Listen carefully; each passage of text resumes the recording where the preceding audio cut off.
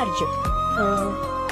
அர்ஜுனோட வாழ்ந்த வாழ்க்கை, இந்த தருணம், it was his wife. ரொம்ப நாளைக்கு அப்புறம் உங்க அம்மாவை பார்த்தேன்னு சொன்ன, அதை பத்தி நீ எழுதுன.